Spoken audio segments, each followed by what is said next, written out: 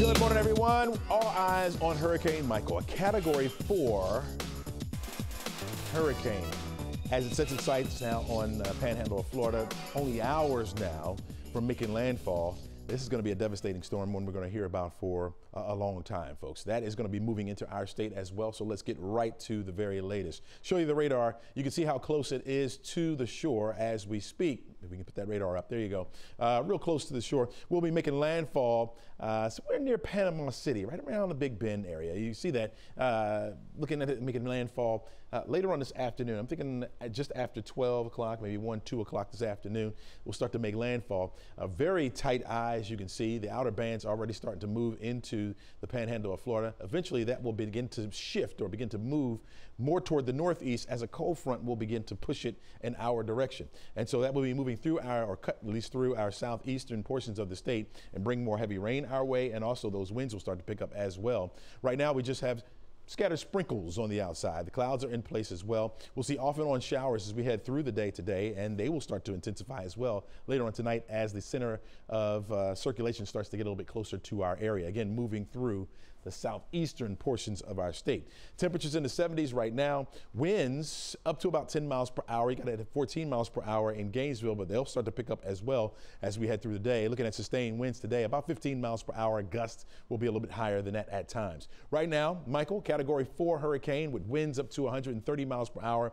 It is moving to the north at 12 miles per hour. So we'll continue to head right on toward the coastline. Again, expecting it to make landfall this afternoon, around the noon hour, maybe a little bit after that. As a Category 4 storm, it will quickly start to lose some of its strength. So moving into South Georgia as a Category 1 hurricane, meaning those winds in South Georgia will be up to about 80 miles per hour. We'll continue to lose some of its strength as it continues to head towards South Carolina. We'll be there by Thursday morning. Now, it's through the overnight that I expect to see peak conditions around here.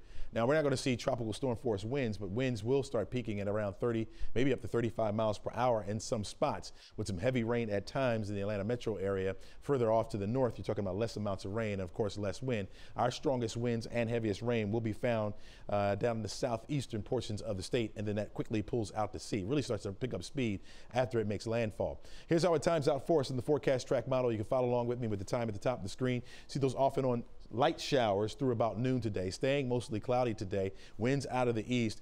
And here comes those outer bands getting closer to us by the 5 o'clock hour, by the time you're going home. Rain will be heavy at times, and it's in these bands that we have to watch out for what could be a brief spin-up tornado.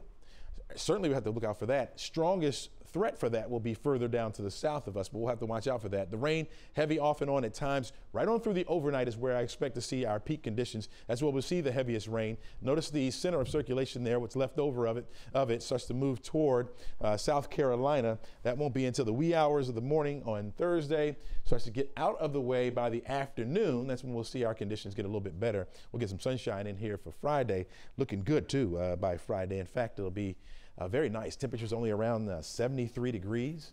That'll be right nice. There's the impacts from the storm that we'll be looking at, increasing winds and heavy rain. Again, that'll be through the overnight. That's at the peak of what we'll see.